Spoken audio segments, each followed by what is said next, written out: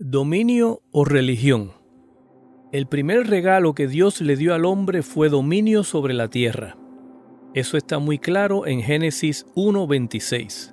El hombre fue creado por Dios para que fuera su representante en la tierra. Pudiéramos usar el término de un subrey. En Mateo capítulo 6, verso 34, encontramos las palabras de Jesús sobre el reino y son muy específicas. Dice: buscar primeramente ¿qué? El reino de Dios y su justicia, y todas las demás cosas le serán añadidas.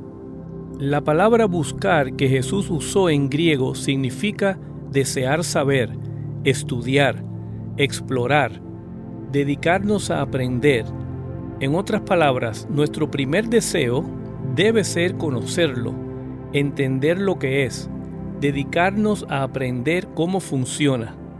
Y esto no ocurre con nacer de nuevo. Requiere un trabajo y un esfuerzo. Por eso es que enseñamos sobre el reino, porque no se puede experimentar lo que no se entiende. Y lo que sucede cuando no lo entendemos es que terminamos en una religión. Y el reino no es una religión, es un gobierno sobre un territorio. Por eso debemos tener mucho cuidado al estudiarlo. En Mateo capítulo 10, verso 6, Jesús dice: mientras vayan, prediquen este mensaje: el reino de los cielos ha llegado. En Mateo capítulo 11, verso 12 dice: desde los días de Juan el Bautista hasta ahora, el reino de los cielos ha sido predicado con violencia, y los violentos lo conquistan por la fuerza.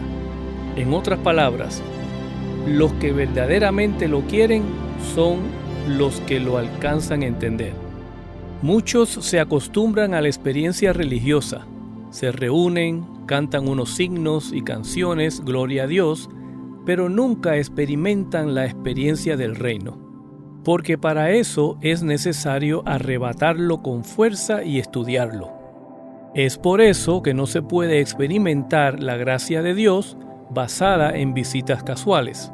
Fue precisamente Dios el que dijo: si me buscan de todo corazón, entonces me encontrarán. La palabra corazón significa la mente, al punto de que necesitamos desear saber lo que Dios quiere, saber lo que Dios piensa, lo que Dios desea. Necesitamos estudiarlo con fuerza hasta que un día lo alcanzas. Muchos todavía no lo han conseguido, pero cuando te mantienes escuchando las enseñanzas del reino, cada vez aprendes un poco más hasta que un día explota y lo coges. Y cuando lo coges, tu vida cambia y comienzas a ver resultados de la manera que Dios quiere. A propósito, la misión de Jesús es obvia: que entendamos y recibamos el reino de Dios. Mateo capítulo 4, verso 17 dice: desde entonces Jesús comenzó a predicar: arrepiéntanse, porque el reino de los cielos se ha acercado, o está aquí. En Lucas capítulo 4, verso 43, dice Jesús: debo predicar la buena noticia del reino de Dios en otras ciudades también, porque para eso fui enviado. Muy importante. En otras palabras, vine a traerles un reino, no una religión, sino un reino. Lo que tenemos es básicamente una religión, y una religión complicada que no nos beneficia mucho. Quizás el mayor beneficio de la religión es un buen entierro. Hacemos buenos funerales, pero para vivir en victoria todos los días y entender la sabiduría de Dios en nuestra vida diaria, en nuestro trabajo, en nuestras relaciones, todavía no logramos obtener lo que Él prometió: victoria sobre el mundo. ¿Qué es un reino? Por definición, un reino es un gobierno soberano influenciado por un rey sobre un territorio, impactándolo con su voluntad, su propósito y su intención. Eso es un reino. Un reino no es una religión, es un gobierno impactando un territorio.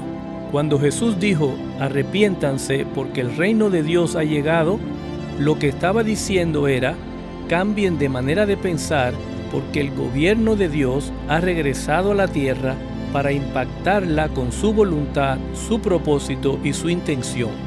Dios no vino para establecer una religión, vino para impactar todo el planeta con su voluntad, su propósito y su intención. Por eso, cuando le preguntan a Jesús cómo debemos orar, Él dijo, Padre nuestro que estás en los cielos, santificado sea tu nombre, venga tu reino y hágase tu voluntad como en el cielo, también aquí en la tierra. En otras palabras, cuando oras, tu oración básica debe ser que Dios impacte el planeta con su voluntad, porque eso es lo que hacen los reyes, impactan con su voluntad.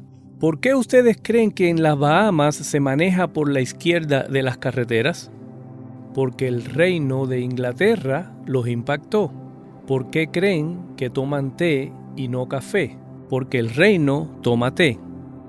En otras palabras, cuando un reino impacta un territorio, el territorio se vuelve como el reino. Esa fue la intención de Dios con el planeta Tierra. Era un gobierno impactando un territorio. Cristo no vino como un primer ministro o como un presidente, sino como el rey. Y eso es lo que los reyes hacen. Cambian el medio ambiente que impactan. Esto es muy importante. Por eso es que el reino es el gobierno del rey y lo primero que Dios le dio al hombre fue un reino. A propósito, se sorprenderán cuando entiendan las palabras de Dios en Génesis capítulo 1, verso 26, cuando dijo, hagamos al hombre a nuestra imagen y tenga dominio. Ahora, noten que Dios le dijo al hombre que tuviera dominio, pero no lo dejó ahí. Le dijo que dominar. La tierra, los peces del mar, las aves del cielo, los animales. En otras palabras, no se puede tener dominio sobre nada. Y hay una razón porque la palabra dominar o dominio en hebreo es la palabra manlaka, usada aquí en la escritura original, que literalmente significa reino. En otras palabras, leemos así: Dios hizo al hombre a su imagen y le permitió que tuviera reino sobre la tierra.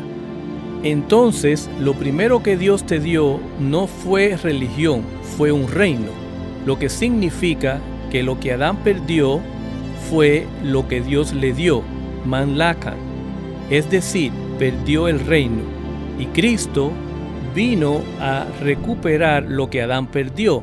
Entonces Cristo tuvo que haber traído manlaka, lo cual es reino. Por eso es que sus primeras declaraciones en Mateo capítulo 4, verso 17 fueron: arrepiéntanse porque manlaka ha llegado. Él trajo dominio, no servicios de cánticos, y esto es una dura lección. Por eso es que la oposición número 1 de Jesucristo no fueron los pecadores, ellos eran sus mejores amigos.